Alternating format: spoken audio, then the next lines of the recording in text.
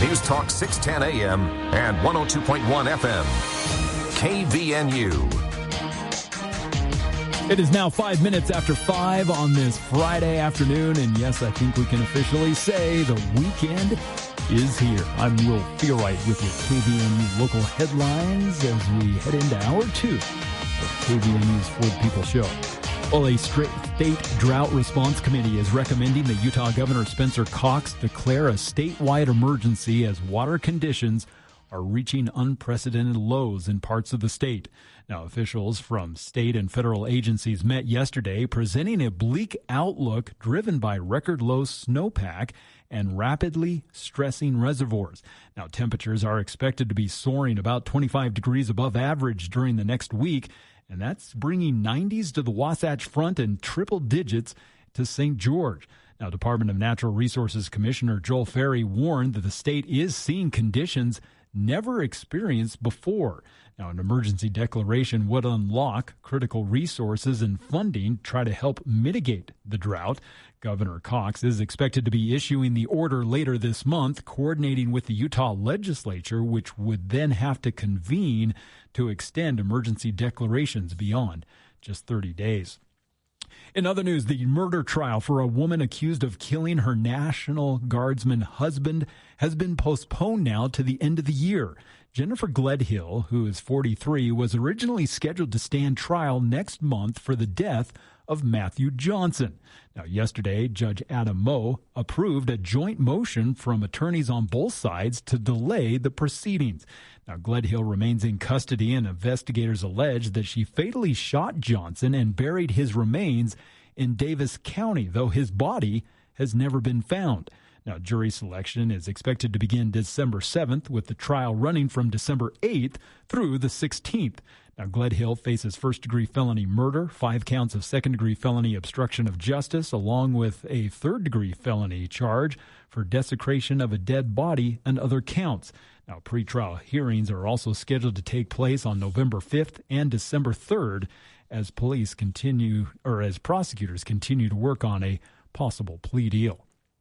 And finally, a 19-year-old man was arrested and held without bail after allegedly fleeing a traffic stop in Davis County last month at speeds over 150 miles an hour. Now, Spencer Riley Clausen was arrested on multiple charges, including fleeing from police, reckless endangerment, reckless driving, and operating a motorcycle without an endorsement or insurance. Now, according to court documents, a Utah Highway Patrol trooper attempted to stop a motorcyclist back on April 18th for traveling approximately 100 miles an hour on southbound I-15. Now, the rider reportedly accelerated to up to 120 miles an hour to evade the trooper. Now, investigators say they later discovered a social media video from the rider's perspective. The footage has showed the motorcyclist pointing and waving at the trooper's vehicle before the speedometer climbed to 158 miles an hour. Now, authorities used the account to identify and locate Clausen before booking him into the Davis County Jail. Well, we're going to enjoy lots of sunshine this weekend as temperatures have been in the high 70s today. Tonight will drop into the high 40s, and we'll continue to see clear skies Saturday and Sunday, as tomorrow will start the weekend in the mid-70s. Sunday on Mother's Day, we'll see temperatures in the low 80s and then high 80s for the first of next week. And weather brought to you by the Lawn Doctor. You know, weeds and grass are competing for space in your lawn like dandelions, thistle, and morning glory.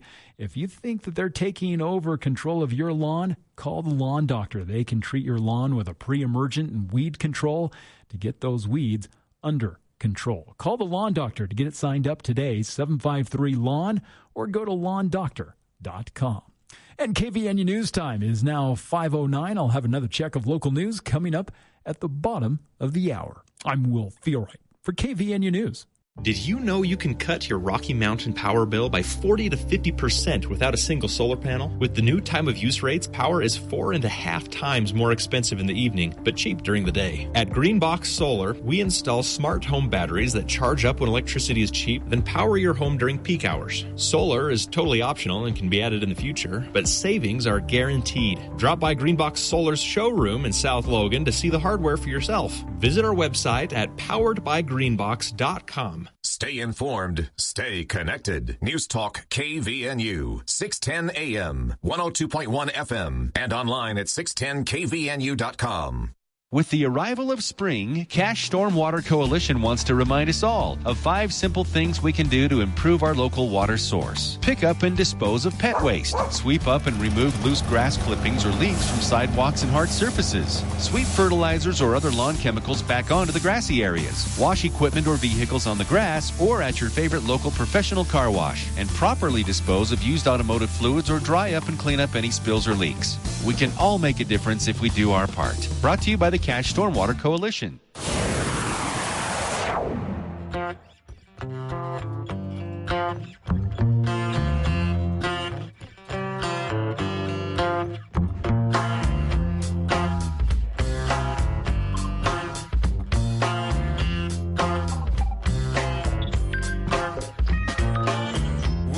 Welcome back to KVNU's For the People movie show with Andy Morgan of AndyAtTheMovies.com joining us here in the studio.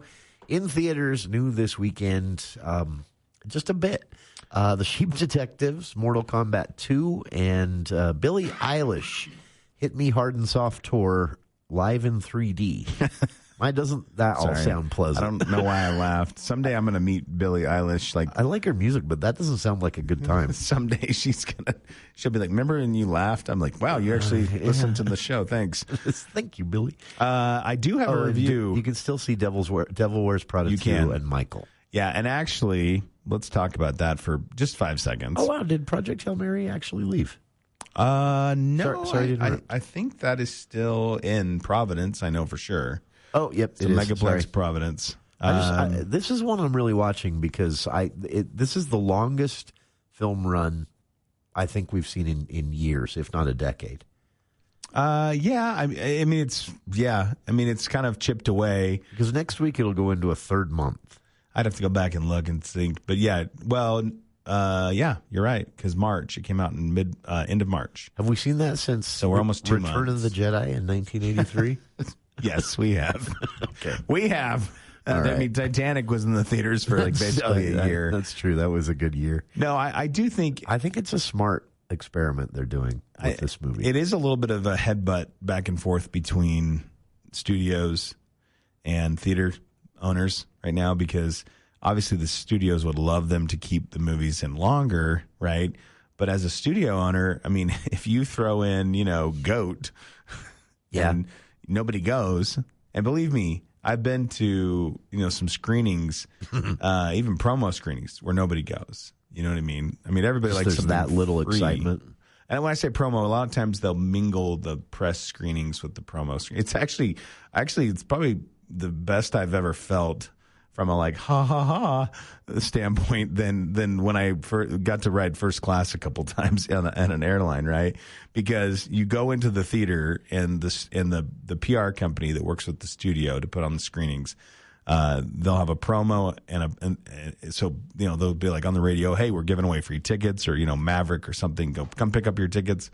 So they go. And so you have probably 80%, maybe 90% of the crowd at a press screening or a promo screening is just normal folks. Yeah. And then they tape off a little section, like right in the middle, like the best seats, and they tape it off for the press. Yeah. And I'm telling you right now, I think when I first started going to press screenings, I'd sit down and then people would come in, like the peons. They'd come up and they'd go to sit there and we were supposed to tell them. And I'm like, why do I have to tell them? I'd be like, I'm sorry. This is for the press only.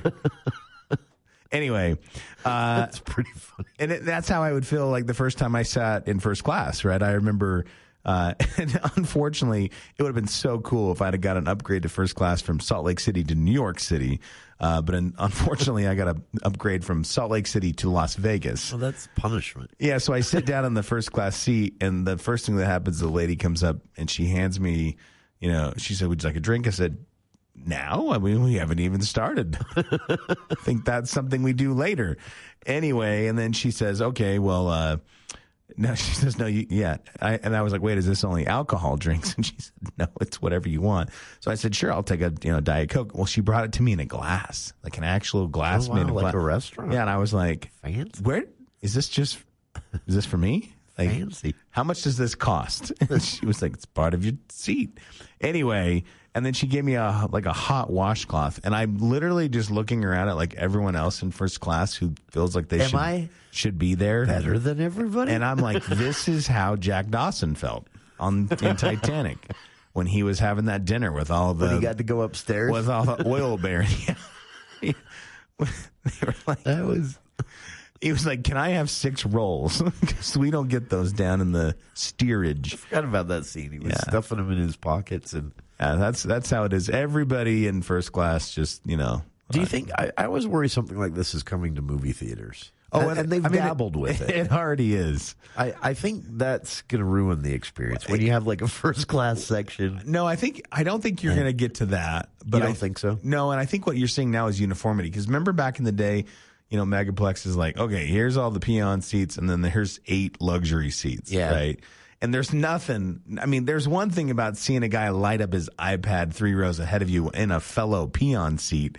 But when they do it in a luxury somebody seat, leans their recliner back, old Grandpa Chad leans his recliner back and is like, I'm going to play Candy Crush. I watched someone do this on an old school, like 10-inch iPad throughout an entire movie until someone finally went up and talked to her, and then she was dramatic about leaving.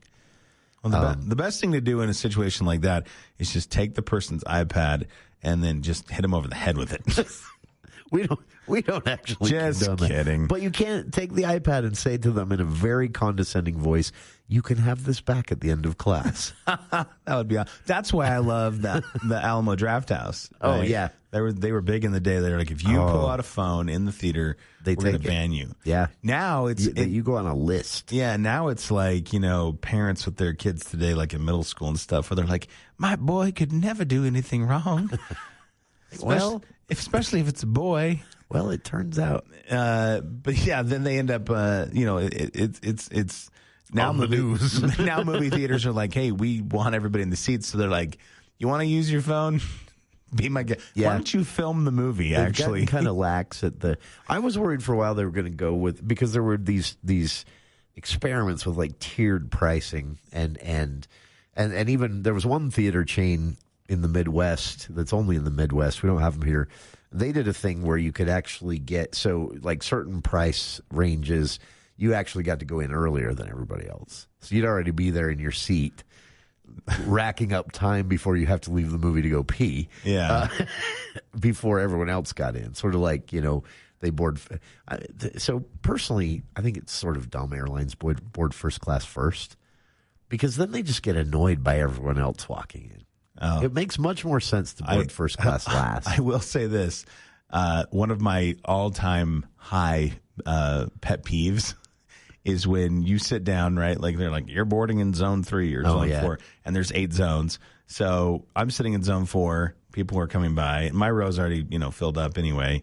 And these people that have no idea of like gravity, right? Yeah. Like they have their backpack and their thing, and they're swinging around. This is new to me. You're like, by the time the plane boards, to your point, you're like, I don't want to be in zone 1, 2, or 3 because I don't want to be hit by that many bags. By the time I have I have concussions. I've got like football type injuries. So this is dramatic. This is my hack for flying. Fly with something you can shove under the seat in front of you, if possible. If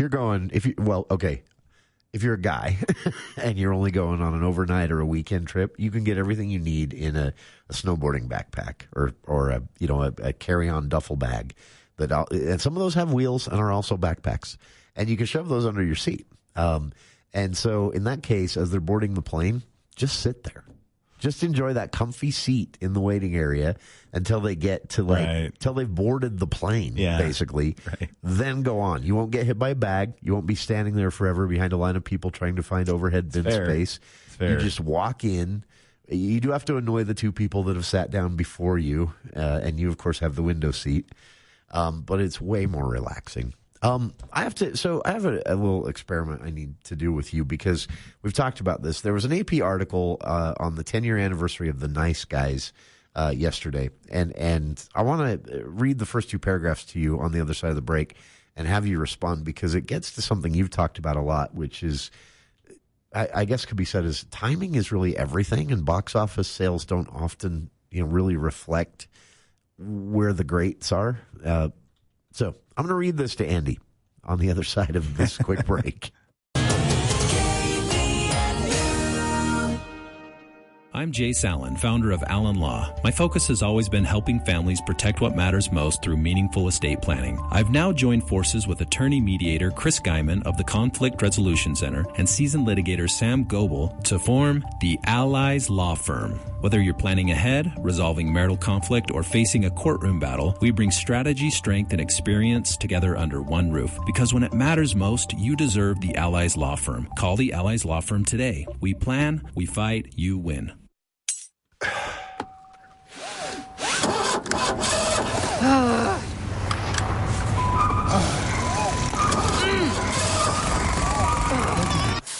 Tired of the daily grind? There's an easier way to get around. Connect Transit takes the stress out of your commute. No gas, no parking, no hassle. Just a warm seat and a quiet ride. Connect Transit. This is how we roll. Visit rideconnectutah.gov. Make laundry a snap with the large load washers and dryers at Mount Logan Laundry. Rather than 8 to 10 loads at home, get the job done in 1 or 2 with their 55 or 80-pound washers and 80-pound dryers that are perfect for sleeping bags, comforters, and other big items. Mount Logan Laundry has free Wi-Fi and drop-off service, plus they're open until midnight. Mount Logan Laundry really is the cleanest spot in town. Find them at 5th East and 9th North in Logan or in Brigham City on the corner of 1st East and 7th South.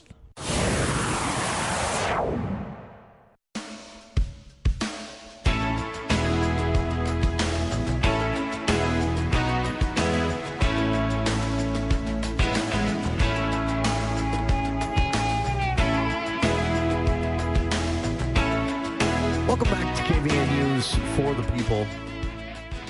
For the People Movie Show with Andy Morgan of AndyAtTheMovies.com underway here. And I've been waiting a couple of days now for an opportunity to read, Andy, 2 paragraphs from an Associated Press story that, sorry, let me turn Can I lay down on the floor with a blanket? Yeah, do you want to? It's reading time. No, I want your take to just these first couple of paragraphs. For listeners, I posted this to our Facebook page. It's May is the 10-year anniversary of a film called The Nice Guys, starring 2 people who are still today big stars, but were at the time big stars. And yet this film and it's great, by the way, it sort of came and went. And this has happened to Gosling since with The Fall Guy, which was also a great comedy that just kind of came and went. It didn't make a big splash. It didn't make oodles of money. But everything about this movie, The Nice Guys, said it should have. And Andy and I have talked about this before. And so here are the first couple of paragraphs from Associated Press's article, 10 years later, the cult of the nice guys is growing. And the story is basically about this cult, literally, that's built up around this film, trying to press the studio to make a sequel, saying this one deserved a sequel. Anyway, so why didn't it make a lot of money? Here are the two first paragraphs of the story, and I'd love to get your reaction. It says, when The Nice Guys debuted 10 years ago, the writing was on the wall for the big screen comedy. It came out sandwiched between Captain America Civil War and X-Men Apocalypse. It opened against Angry Birds, the cartoon birds. Ryan Gosling himself lamented, those birds destroyed us. They're just so angry. And yet, marking its upcoming 10th anniversary, The Nice Guys has established itself as one of the most beloved comedies of the last decade. A decade in which Hollywood studios largely left the genre for dead. A 1970s set comic noir directed and co-written by Shane Black. The Nice Guys paired Gosling and Russell Crowe as private eyes in Los Angeles crime caper. And a decade later, the cult is growing only larger. There's a lot of interest, Black said, in The Nice Guys today. More than there was when it opened. I don't know how to explain that. The box office will tell you that's what happened. But people find these things after the fact, I guess. As to a sequel, well, let's just say there are conversations that didn't start until this year. So 10 years later. That makes me excited. Me too. But this is, we've talked about this before. These movies, this one should have been a huge hit. It had everything a huge hit has. It's really well done. It's the same thing with... It's funny. The Fall Guy from a couple years ago. And both Gosling films, maybe it's him. I don't know. I mean, he's a very, Yeah, he usually draws a crowd. I wouldn't right? call him like Harrison Ford, but like people love him and everything. I've never seen a review where people were like, "Poof, Ryan Gosling," right? Like, not great. It did make money. It was a $50 million film. It made $80 million. I mean, so it didn't lose money, but it should have been a gigantic hit. So the Associated Press speculates that this was the same time that people were burning out on like the comedies that were triggered by The Hangover and 40-Year-Old Virgin and Bridesmaids. That was the writer of this article says that's what he thinks happened. Is The Nice Guys comes along, people are sick of this thing at this point. They want horror movies. So, here's what I would say. So let's talk about two quick things. The Fall Guy, I can bring that up and say this underperformed. It should have been a huge hit, right? That year especially. But what I would say is nobody knows anything anymore after COVID. And that's I think kind of what... And I think that's two things, right? I think what that's I was getting at. I think there's part of that. I think there's some type of, I don't know. I don't know the right word for it, but there's some type of thread that is running. I can't speak to other countries, but I can speak to, this nation and like my state specifically, where I feel like people went into some caves during COVID and they come out a little bit, but not near as much as they once did. There's a safety there, I think. Again, this is just me opining. I think that's part of it. And then I think the other part too is, and the thing that you can't ignore is there's so much out there. It used to be that, Jason, if you wanted to go watch an old Raiders of the Lost, Indiana Jones movie or something that came out a year ago, you had to go rent. Yeah, it wasn't. Or you had to go buy something. Now, where there's not where there's so many streaming platforms, you've got so much new content that comes out weekly. I've launched movies on my phone before because I wanted to see a scene. Yeah, you've got that. I wanted to refresh myself on a certain scene that made me laugh or something. Yeah, or you can go and watch stuff that you never saw before that, again, you'd have to go buy a box set for. So you're like, well, you know what? I'm going to watch all of Friends. Or I'm going to go watch this movie, And so things that are in the past have become popular and part of, the zeitgeist more so than ever before. Yeah. And I just think because there's so much choice, right, that people just don't it's not really that the movies are bad or that people don't care. It's just there's so much that people gravitate towards, again, what is more home-centered. That makes sense. If you go back to 2016...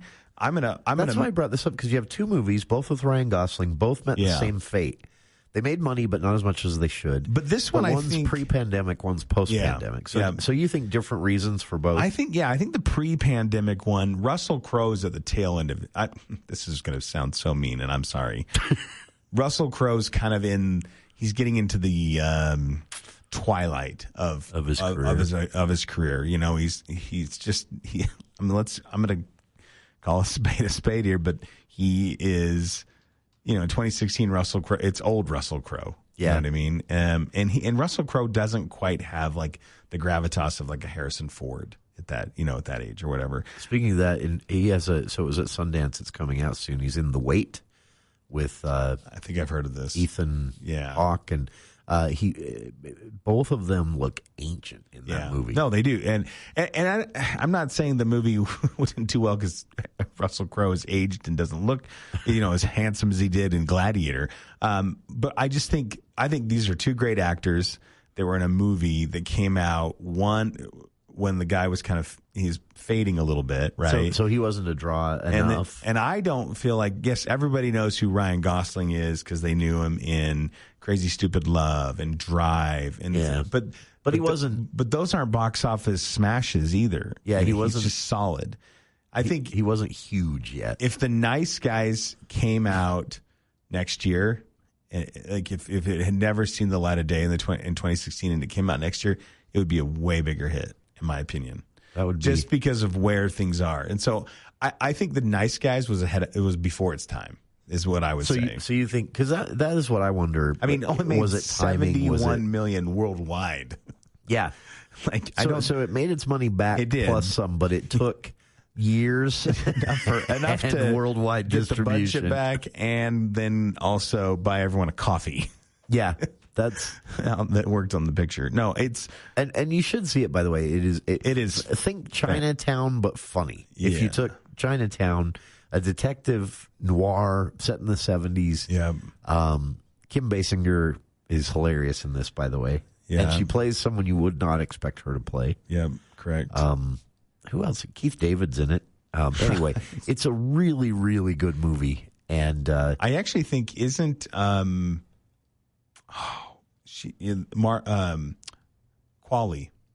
Margaret Qualley, is it Margaret Qualley, the one that's in the Margaret Qualley. She was the one in Substance. I'm pretty sure she's in The Nice Guys. yeah, she is. I forgot about that. Isn't she? She's like the lady that's running away. Yeah, she's the one they're trying to find. The one they're looking for. Yeah. That's kind of the heart of the mystery, basically. I forgot she was in that. So it's a great movie. It is. By the way, for those curious, if you've seen The Nice Guys and you're like me, have wondered why there hasn't been a sequel since, or why this hasn't, just been re-released and made oodles of money like it should have in the first place. Black spoke to that, and it's kind of like you said. He said the problem is we made this movie really cheap because we could, and now it would cost a lot more just because of what Crowe and Gosling get for their average movie. So he said, as to a sequel, it's probably one of the Black, the director, said, this is probably one of the most common questions I get. And I'll just say, we have talked to studios, but the problem is, again, it would be about twice the money to make a sequel, and the first didn't make a lot of money, so it is a risk for them. And but he said he hasn't necessarily been told absolutely not by the studios. It's a little more complicated. So fingers crossed. I really, really hope that. I think Shane Black might have been canceled too. So that might hold it back a little bit too. The guy has some creepy problems. Questionable hirings. Yeah. If you want to know more about that, Google it. We'll be back. We'll be back with more of the For the People movie show with Andy Morgan of AndyAtTheMovies.com right after this look at the news with KVNU's Will Feel Right. Does Bill still do stuff for the radio? Because I swear I heard him on the radio. Thank you, Jason. The Cache County School District is gearing up for some major changes this next school year, releasing new details on sweeping boundary adjustments and school expansions. Now, responding to rapid population growth across Cache Valley, the district is going to shift all 6th grade students into middle schools, establishing a consistent grades 6 through 8 model. Now, the district will also be expanding its overall footprint to include now 17 elementary schools, 2 dual language immersion schools, 4 middle schools, and 5 high schools. Now, district officials say that comprehensive updates are designed to balance enrollment SNL and Home Shopping Network spoofs? Now, to help help parents navigate this transition, the district has launched an interactive boundary map online, which allows families to easily identify their new assigned schools. Now, additional details regarding transportation and bus routes will be released closer to the beginning of the next school year. In other news, Utah Senate President Stuart Adams is defending donations to his political action committee after a progressive group called for an ethics investigation into contributions from firms that may have state business. Now, Better Utah launched a petition requesting an inquiry into tens of thousands of dollars that had been donated to the Adams Leadership PAC shortly after Adams and the Military Installation Development Authority had approved a controversial data center in Box Elder County. Now, Adams firmly denied any connection, stating earlier this week that contributions are disclosed and entirely separate from policy decisions. Now, Better Utah acknowledged there is no direct evidence tying the donations to the tech project, but they argued, though, that the timing does warrant a formal legislative review. And finally, a Utah man convicted of killing 2 people in a 2023 road rage crash in Eagle Mountain has been granted parole despite strong opposition from the victims' families. Now, the Utah Board of Pardons and Parole set an October 5th release date in 2027 for Peterson Drew Matheson following a hearing that was held on Wednesday. Now, he had pleaded guilty back in November of 2024 to 2 counts of third-degree felony manslaughter and was sentenced to up to 10 years in prison. Now, it was back in June of 2023 that a crash happened along State Route 73 in Eagle Mountain when Matheson, who was driving a Ford pickup, attempted to pass another vehicle. Now, the cars collided, sending Matheson into oncoming traffic where he struck a Porsche head-on, killing the driver and passenger. Now, parole documents cited Matheson's good behavior and program completion while also acknowledging the victims' families had expressed significant emotional impact and had opposed his early release. Well, some hot temperatures coming as we've been in the high 70s today. Tonight, clear skies continuing overnight. Temperatures going to drop into the mid-40s, and then we'll see back into the mid-70s for tomorrow. Low 80s coming for Sunday, Mother's Day, and high 80s for the first of next week. Tuesday, we could see the hottest temperatures we've had so far this year when we get up around 90, and that could even break some high temperature records here in northern Utah. And weather this hour is brought to you by the Allies Law Firm. When it comes to all of your legal needs, you can trust Jay Sallin, Chris Guyman, and seasoned litigator Sam Goebel. It's the Allies Law Firm where they plan, they fight, and you'll win. You can trust the Allies Law Firm. And I'm Will Feelwright with your Friday afternoon headlines. ABC News, I'm Dave Packer. A hantavirus-infected ship is now headed to the Canary Islands, where passengers in hazmat suits will be taken from the ship and placed on military planes. The U.S. State Department says it's in direct communication with Americans on board. A CDC team will meet them and escort them onto a charter flight heading to the National Quarantine Unit in Omaha, Nebraska. It's unclear how long they will stay. It's the same facility used to quarantine COVID patients in those early days of the outbreak. 3 passengers have died in the outbreak. Tens of thousands of students expecting to take their university finals left in limbo after an apparent cyber attack targeted the popular assignment and grading hub Canvas, plunging dozens of campuses into the dark. Secretary of State Marco Rubio said he's expecting Iran's response to a U.S. peace proposal today, but it's now Saturday in Tehran and no word yet. Virginia's highest court striking down the redistricting referendum that voters narrowly approved last month. This is ABC News. Mild winter? Oh, yeah. Your weeds noticed, too. Now they're popping up everywhere. Landscape beds rock, even your driveway. Oh. Good news, Logan Extermination has you covered with their Killzall service. Starting at just $75 for 1,500 square feet or less, they'll take care of those unwanted weeds fast. Clean it up before it all takes over. Call Logan Extermination today at 435-752-8450. That's 435-752-8450. Online at loganextermination.net, a division of Anderson Seed and Garden. Alpine Home Medical, we bring Are you on your feet a lot? When traveling, do you find yourself sitting for long periods of time? Hi, I'm Jay Broadbent with Alpine Home Medical, and we have compression stockings that can help you. Our compression stockings are designed to improve circulation, reduce swelling, and provide unmatched comfort. Come check out all the different styles and fabrics. These aren't your great-grandparents' compression stockings. That's why we're excited to offer an amazing deal. Buy 3 pairs of compression stockings and get a free care kit.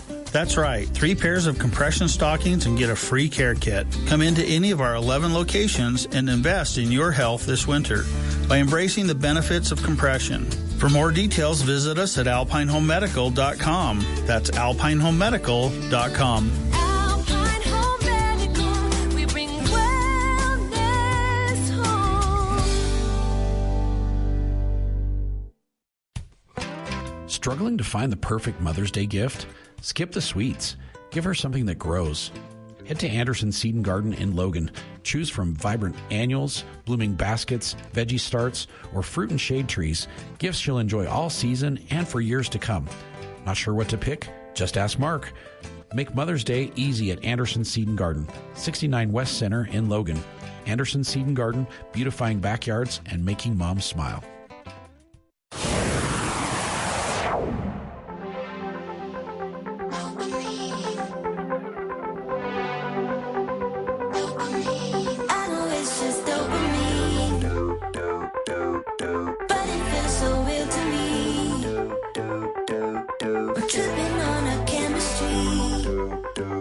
Welcome back to the For the People Movie Show with Andy Morgan of AndyAtTheMovies.com. We've kind of been talking about everything, actually. In theaters this weekend, The Sheep Detectives, brand new. Yeah. Mortal Kombat and Billie Eilish, Hit Me So Hard and Soft tour live in 3D. Which I did see again, Mortal Kombat. I love her music. That sounds really unpleasant. 3D Billie Eilish.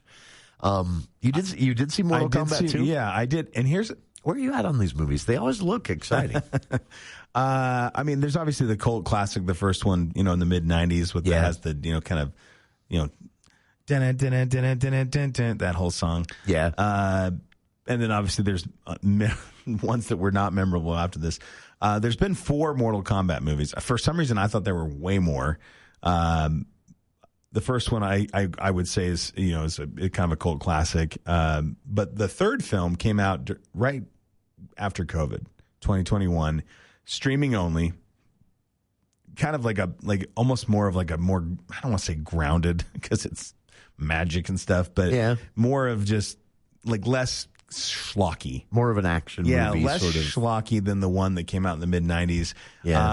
I watched it on streaming. I didn't hate it, but I think it just didn't land for me right back in the day. That's kind of what's happened with all of these for me. I see the trailer and I think I should like that because I'm not above these kinds of movies. Yeah. These are my jam, but they just none of them have ever hit with me. This is the one I've never wanted to see any of them again. Well, so it's funny we talk about the trailers and wanting to see them. That's how I felt about the last one, Mortal Kombat, that they kind of rebooted. Yeah, and then that trailer, again, just that all flew under the radar. This trailer came out and I went, oh, we're doing this again. Yeah, right. Except we've added Carl Urban. Got some famous people as Johnny Cage. Everyone else is the same. I mean, truly, everyone else in the movie is the same. Kind of look like the same plot too. But here's the thing: a lot. I was not excited about this at all in any way, shape, or form. But what I did like, it turned out to be this is the best Mortal Kombat movie, really by far. They find a really happy middle between the kind of corny cult classic, one in the mid '90s where it's kind of goofy, and the kind of, more of a, I don't know, grounded, again, nuanced, and it just lands. It honestly feels like a love letter to the game. I always felt like that the game was actually part of the challenge here, is because it was such an iconic and visually stimulating game that it someone you knew was going to make it into a movie. And remember but yet the game really didn't have a plot. No, it didn't. No, and it was basically just, and it's someone called it once pretty violence. And I thought that's kind of what Mortal Kombat always was. I mean, let's be fair. How do you make that into a movie? This is a rated R movie, so hope if your kid's like, I love Mortal Kombat, Mom, and you're like, let's go see it. Yeah, be prepared. These tend to be pretty gory. Yeah, these movies are gooey. There's a lot of really gross deaths, sword based. But again, it's a little different. It just doesn't land like when you see violence like in a Martin Scorsese movie. I don't want to call it lighthearted, but that's the word that comes to mind. So, gooey, swearing, violence. But this one, the trailer made it look like this one actually had an interesting story. That's why I'm curious. No. Okay. No, the story of this fooled again. The story of this is, Johnny Cage, played by Carl Urban, who, if you are asking people, somebody said, hey, what's he in? Most people today would say, oh, The Boys, right? He plays Billy Butcher. Yeah. But we know him from Lord of the Rings and the Star Trek reboot. So here's the thing. Rarely in a leading role. Yeah, he's the tent pole. He's the main guy in this. He just plays this aging, Hollywood action star that has some abilities, and he's been chosen to help save Earthrealm, which is what the Earth is called in the Mortal Kombat movies. Yeah. And so I always thought it was kind of funny because that's the plot, right? Like they're like, well, we got to save it, and they're like, how are we going to do it? And I'm like, if I just was this guy, I would just invade, take over. Yeah. And they're like, we're going to have a fighting champion, we're going to have a fighting tournament to the death. and then you get 5 chances, and then if you don't win, we win and we take over. Because that's how the game works. Yeah. So again, corny, but it just has some really. I mean, the script is way better. Again, because it doesn't take itself seriously. It takes itself just seriously enough for you not to think it's corny. But it skirts that edge, and so you have some really funny stuff. Again, goopy deaths. It's just. If more, here's what I would say. Average theater goer is not going to run out and see this. I don't think you need to do any research before you go. But it's just kind of a fun movie. I enjoyed it. I laughed. There was some cool, action fighting, stuff like that. Do I know any deep lore about these characters or anything? Or will there be another movie? And I don't know anything. Have I played this game? Yes. It's been a while for me, but remember how controversial it was in the mid-90s, because it was like they had the fatalities in Mortal Kombat, where it's a karate fighting game, right? You guys, and that was new to gaming. It was at that time. It was, yeah. And the fatalities were if you moved the stick in a certain way and pressed certain buttons, then the character would do something like rip the guy's head off, or something like that. Yeah, shoot fire and light him on fire. That was back in the almost like I don't know. I guess it wasn't 8-bit, 32-bit. Barely above 8-bit. Yeah, and so now it was 8-bit, but with better scenery. Oh yeah, now you play these games, and not only do they have the core group of Mortal Kombat characters like Scorpion, Sub-Zero, Liu Kang, those type of people. They have, people like Ghostface from Scream. They've got Peacemaker. They've got the T1 from Terminator 2. Yeah, so they add all these Homelander from The Boys, and then it's just to fight, and then have these really just goopy deaths, and the deaths are so much worse in the new games, like when you're playing it on a PS5 or Xbox 360, because it's I guess it's not Xbox 360, Xbox Series X. A lot of limb severing. Yeah, again in the new games, pretty gory. But no, I enjoyed it. It's one of those things where I can't quite recommend it to everyone, but it gets a solid B from me. I thought it was good. Again, and that's super better than I expected. This movie is like a flight from Salt Lake City to Las Vegas. You get in, you sit down, and right as you're starting to get comfortable and maybe topped off your popcorn a little bit, you're like, oh. We're winding down here. We're almost done. Yeah. So it was. I was actually surprised. With end credits, which are usually 6 or 7 minutes long. This movie is just maybe 10 minutes under 2 hours. I would say. So they recognize what they've got here. Oh, sure. They're not. We're not making an epic. No, it's not 2 hours and 20 minutes. And there's some things I was laughing throughout the thing because there was just these huge leaps in they come to get Johnny Cage, and they're like, "Hey, man, you got to come with us. You're chosen by the gods to help Earthrealm." And he's like, "No, thanks." And they're like, "Okay." And then he gets pulled in anyway and gets beat up. Yeah. But his life's spared. They come back, and then he shows up, and he's like, "You know what? I changed my mind." I didn't want to do it before. Oh, that is great, actually. But now I change my mind. It's so the writing's really loosey goosey, but it's no one sat down. The screenwriter of this movie did not sit down and go, I hope I win an award. I hope I get an Oscar. I hope I win an award for this. Man, I hope I get a paycheck. Yeah, that's basically what these people are going for. And that said, Mortal Kombat movies make money. Yeah, compared to their budget. This will be a solid number 2 this weekend behind Cheap Detectives. No, behind The Devil Wears Prada. The Devil Wears Prada is kind of killing it. It made, second weekend? Yeah, I think it made $76 million last weekend. That's a pretty chonky opening for a movie that is a sequel to kind of what I would call a rom-com cult classic. It did well, but it wasn't a box office blowout, right? Yeah. This one, stands to be. This has already climbed to number 5 for this year's top films. I would expect it'll win the weekend again. I would not be surprised if we end up seeing the Devil Wears Prada 2 making more money than The Mandalorian and Grogu, which would be a Star Wars universe historic event to lose to a movie like that. But I would not be surprised. They are having I'm excited about this movie. I actually think it's going to be a good movie, a good Star Wars movie. They are having the hardest time selling this. I think they don't know how to market this. Well, and there's been some. I've heard a couple things. I've heard the initial test audiences went in, and people just like one guy was like, "That was the most messiest 15 first minutes of a movie I've ever seen." So there's that. Yeah. I've heard subsequent like trimming and helping. That they're saying now people are like, "Oh wow, that's great." So I don't know. Yeah. Again, take that with a grain of salt. I actually hate the idea of test audiences. Yeah. I think test audiences ruined Solo. Yeah. I think that was a mistake. But to this day, I will always want, to the day I die, I always want to see the film, what they originally had planned for Solo. You know what? I will say this. Kathleen Kennedy from the like incel sweatpants wearing, no girl Jedis crowd.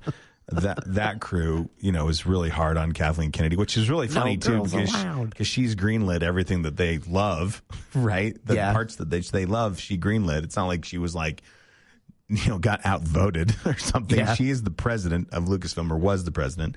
It'll be funny to watch those guys turn on Dave Filoni. Now that he's taking over, they're just going to shift so hard if something doesn't land. Like if this movie doesn't land, you watch. Like there'll be some Dave Filoni hate. The knives will come out. Yeah, but I will say, there's two things I really wish that they would have just stayed the course. And I think after like the sort of divisiveness of The Last Jedi, between fans, I think they panicked with Rise of Skywalker. Yeah. So two things. They should have and Phil Lord. Phil Lord and Chris Miller should have been allowed to finish Solo. I would have loved to see their Star Wars movie. I really do. Not that Ron Howard's movie was bad. It's up there. Serviceable. It's up there. I like it. Entertaining Star Wars movies of this latter set, but it was not. A Solo movie should have been edgy and dark.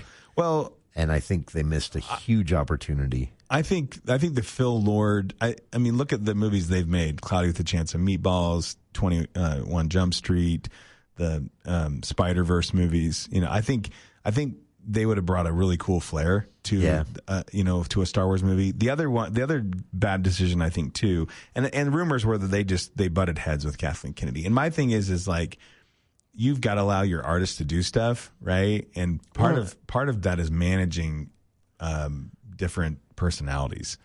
You can't just fire someone because it doesn't, that's everyone would be fired at that point. And I always wondered if she was maybe too tight gripped on it because she was worried about her. I mean, these were the early years when everybody's like, "What's Disney going to do with Star Wars? Are they going to mess this up?" We're slightly unhappy with some of the decisions. That one came out after The Last Jedi. Yeah. And then the other thing everybody was so angry. I wish they would allowed Gareth Edwards to do, or not Gareth Edwards. I'm sorry, I can't even remember his name, but the guy that directed Rogue One. No, that one was allowed to proceed, but I cannot remember the director's name. I'll have to look it up. But he was the one that did the Jurassic World reboot, and after that was so successful, Disney hired him to do the third movie, which would have been Rise of Skywalker. But his like original script that was supposed to be the movie that got made before J.J. Abrams came, they had him come back in and kind of do his thing. Yeah, it would have been a way different movie. There would have been a lot of things. I think it maybe would have been better.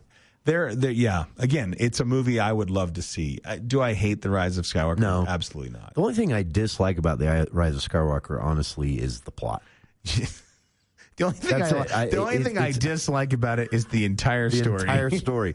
It is visually amazing, and the characters that they bring in, the new characters that only exist in that movie, are great. I love how they handled some of the more tragic parts because they had to wrap some storylines up. Like, they did everything perfect. The only thing that's horrible about that movie is the entire central plot.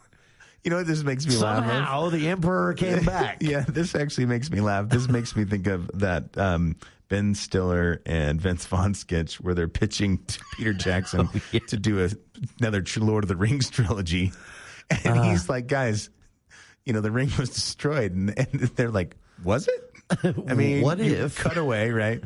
But there's the one part where Vince Vaughn looks at Ben Stiller and he goes, hit him with the 3-pointer. And he goes, you know what? I love Lord of the Rings. He goes, I love the cookie creatures. I love the gnomes. I love the elephants, giant elephants. But what's so funny about that is when you were sitting there talking about it, you didn't like the whole story of Rise of Skywalker. And you're like, you know what? I love the creatures. I love the cinematography. I love the lightsabers. I love the characters, the sound effects. Yeah. You know what I didn't like? I love the beeps and the boops. The plot. I did not enjoy the plot. I love the swings and the swings, but I do not like the story. Speaking of Lord of the Rings, on the other side, some news on that front. You might be getting a new trilogy. Are you excited? We'll find out right after this. News Talk 610 AM, 102.1 FM, KBNU. I'm married with 2 kids. I'm a veteran. I own my own business. I'm a retired school teacher, and I've had thoughts of suicide.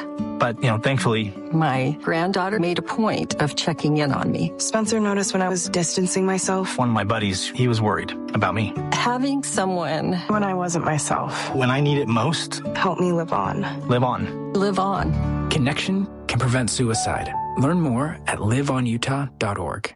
The sun is finally out, the days are getting longer, and the open road is calling your name. And we have the perfect ride to help you get there. Roll into adventure today with a new lease from Murdoch GMC Chevrolet Cadillac, where your next summer journey begins. Lease a new 2026 GMC Canyon AT4 for only $576 per month for 36 months with $1,500 down. You've got to come and see us at Murdoch Chevrolet GMC Cadillac in Logan or online at murdochchevroletlogan.com. GMC, we are professional grade.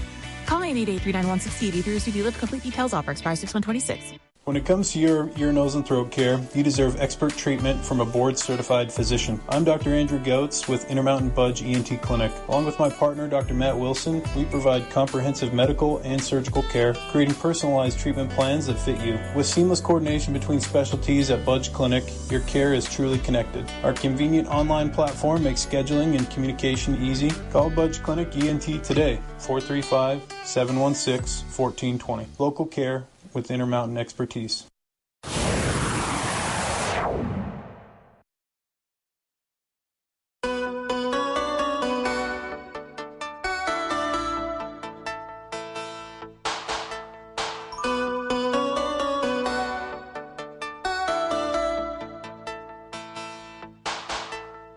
Welcome back to KVNU's For the People Movie Show. People think I'm joking, but no, actually, there is a plan for this will be the 7th Lord of the Rings movie. Hunt for Gollum. But this is a prequel, Hunt for Gollum, directed by Andy Serkis, who plays Gollum. So this is kind of like Andy Serkis going, ooh, I could use some money. Yeah. And Peter Jackson going, not interested. And he had to do Young Washington. Yeah. So that, no, I'm just kidding. That's right. They are, poor guy. Angel Studios. Bless your heart. This comes out in 2027. They're actually using Weta, the special effects shop. So it's kind of got Peter Jackson's stamp of approval on it. I don't know if Ian McKellen's coming back. He is. Oh, he is? Okay. Unless he dies between now and then. So yeah. Sorry. Yeah. Somebody's like, how dare you? He's 86, so he is an old possibility. He's an older fellow. Yeah, that's one where they're like, make sure protect him every day. Yeah. And this is the story for those who aren't like super nerds about Lord of the Rings. This is the story in Lord of the Rings.